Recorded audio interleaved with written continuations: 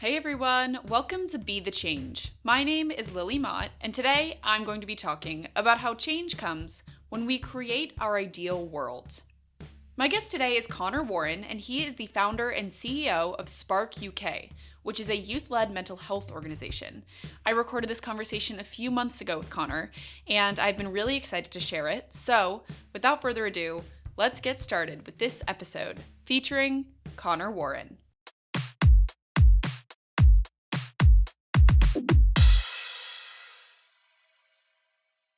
Yes, yeah, I'm Connor. I'm 18. And among other things, I'm predominantly the CEO and founder of Spark UK. So we're a youth-led mental health organization run by young people. So we're probably one of the only mental health organizations in the country that's solely run by young people.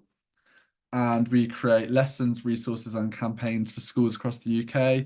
We've got just over 300 schools that use our resources. And I founded the organization in 2020. So we're now in our fourth year. Currently got a team of six, about to expand. We're about to double in size. And then aside from Spark, I'm also a public speaker. So I go and talk about mental health and talk about a whole range of topics. I'm also involved in lots of mental health research. So I'm a youth advisor on a number of projects, and I very much just try and get involved in youth mental health and youth advocacy in as many ways as I possibly can. That is a great way to get started, Connor. And I would love to know a little bit more about what inspired you to get started with all of this work.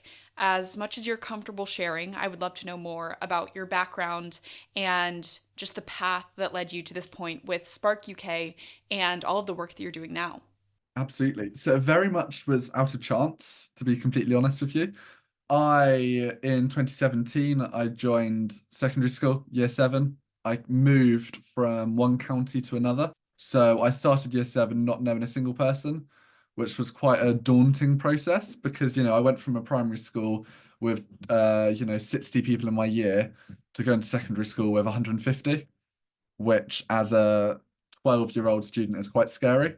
So I very much was trying to find a way that I could make new friends, a way that I could I like to keep busy. I like to do things. I like to I was always a I was always like school counselor. I was a house rep in primary school. I was a playground buddy where basically we would play with the younger kids and like look after them, make sure they had friends and stuff. And then when I joined secondary school, I was trying to find something to kind of keep me still having that sort of leadership opportunities and still sort of doing something. So I came across this opportunity, which was a 10-week training program on mental health. So it was every hour.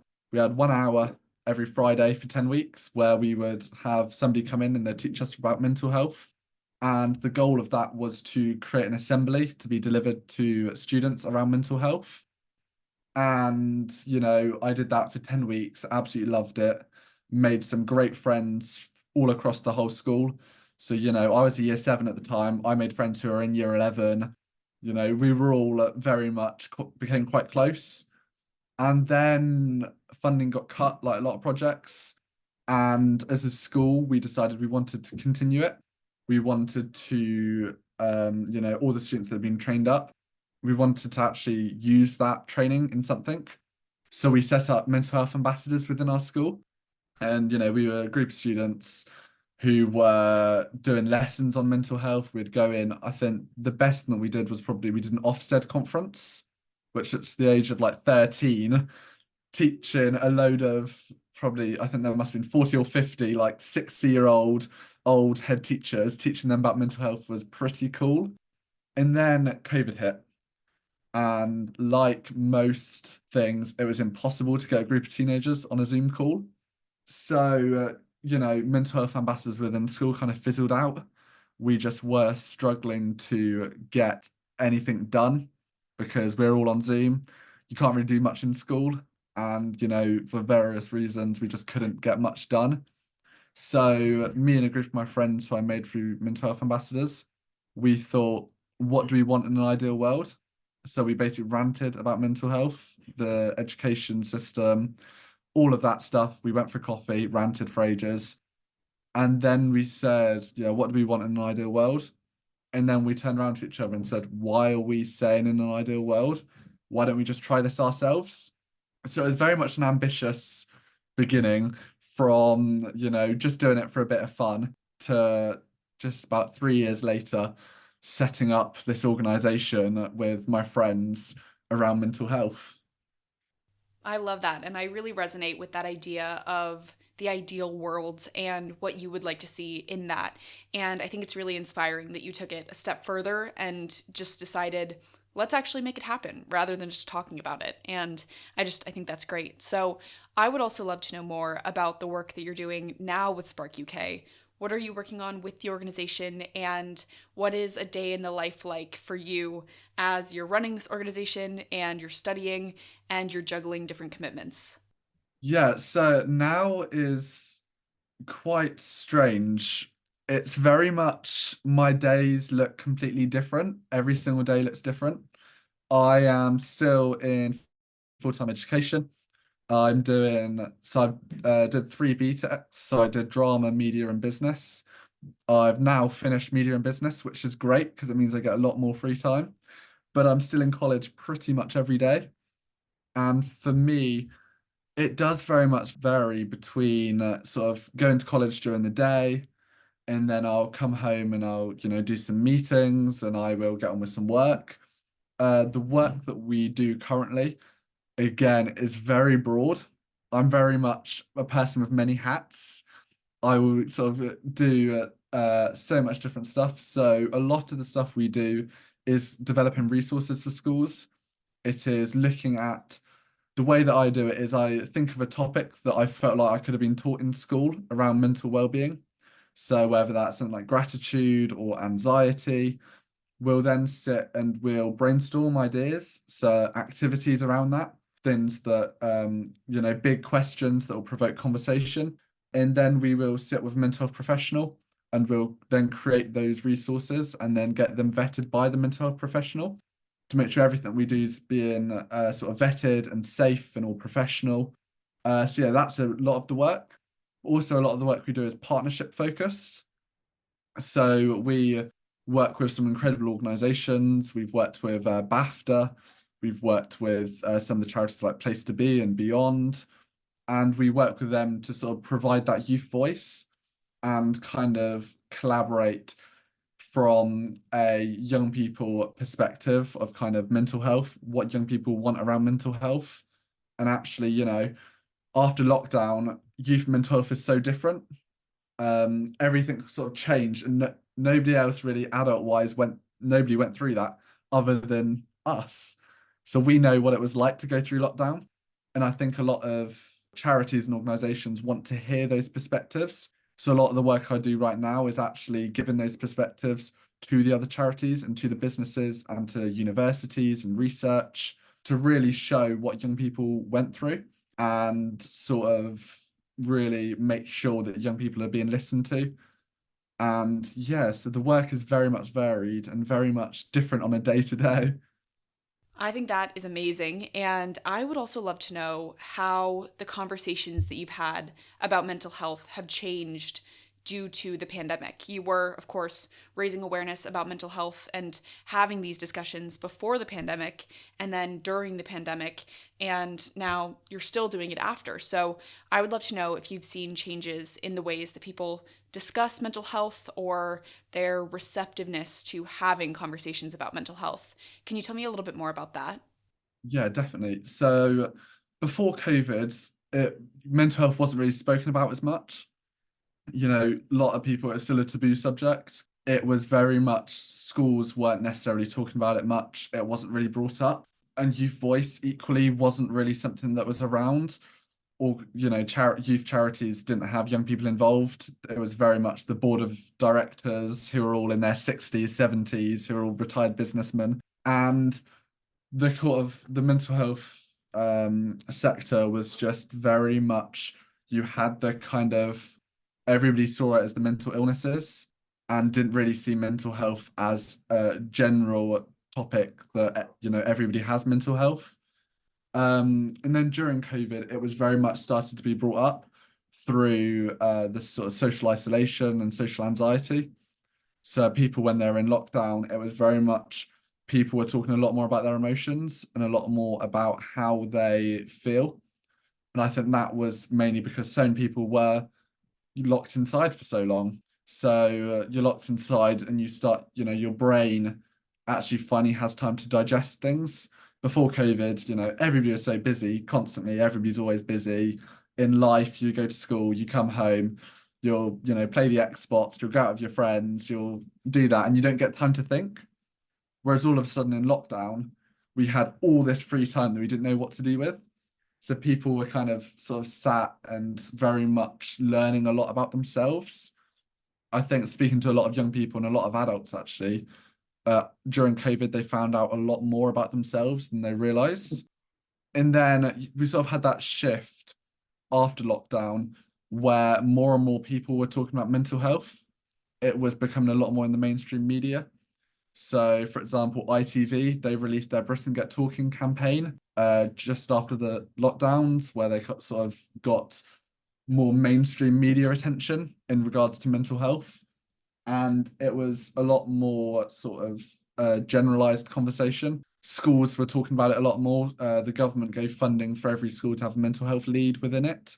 And mental health really started being ramped up on genders, both in schools and in governments.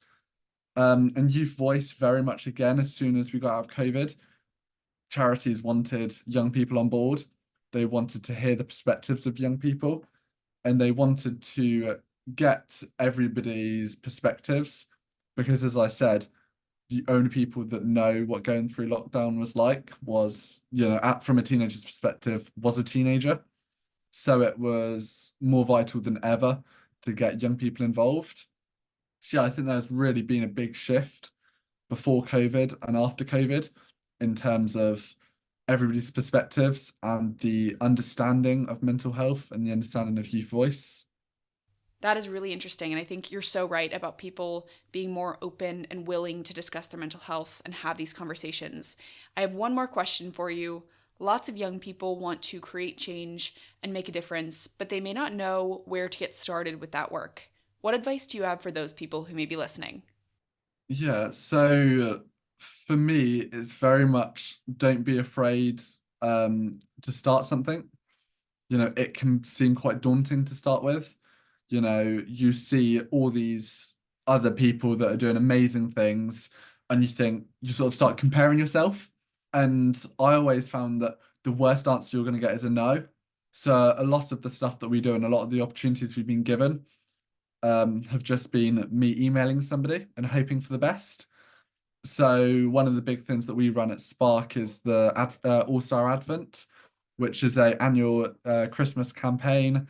And the premise of the campaign is we have each day viewers can open our virtual calendar and we have a video from a celebrity behind each door. So that kind of helped catapult what we do right now. And all of that started with just some emails. So when we first started, I think the first year I sent out over 1,000 emails to agents, to celebrities, to managers, just saying, could you send us a couple-minute video around mental health? And within the first year, we had people like Emma Thompson, Stephen Fry, Bradley Walsh, all send us videos about mental health. And all of that just came from an email.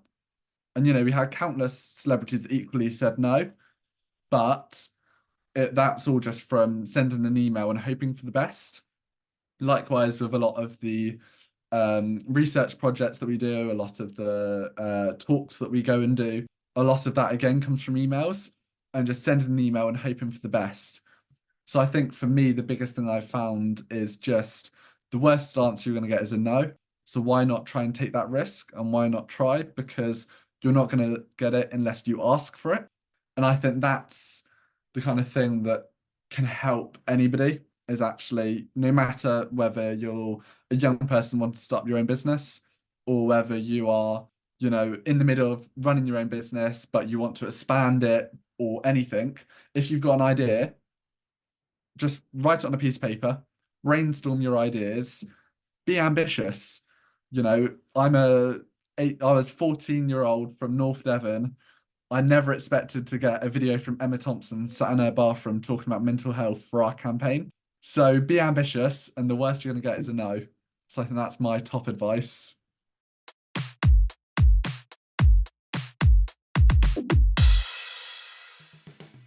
I really enjoyed talking with Conor about his work, and I hope I'll get to have him on Checking In with Changemakers soon so he can give us an update on Spark UK. I want to highlight the story that Conor shared about his discussion with his friends about their ideal world and how they decided to stop brainstorming it and make it happen. I really resonated with that message, and I think it really suits the mission and, of course, the title of this podcast. We can all keep Conor's story in mind because change comes when we create our ideal world.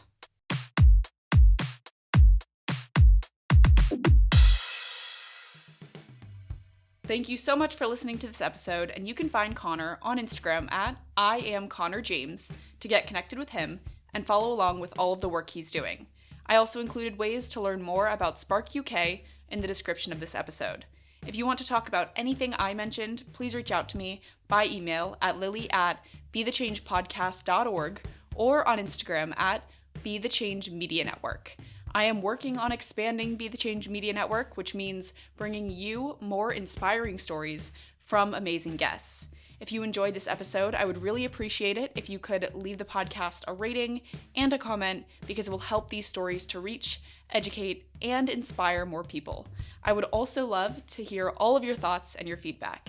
Tune in for my next episode, but until then, be the change you wish to see in the world. Bye, guys.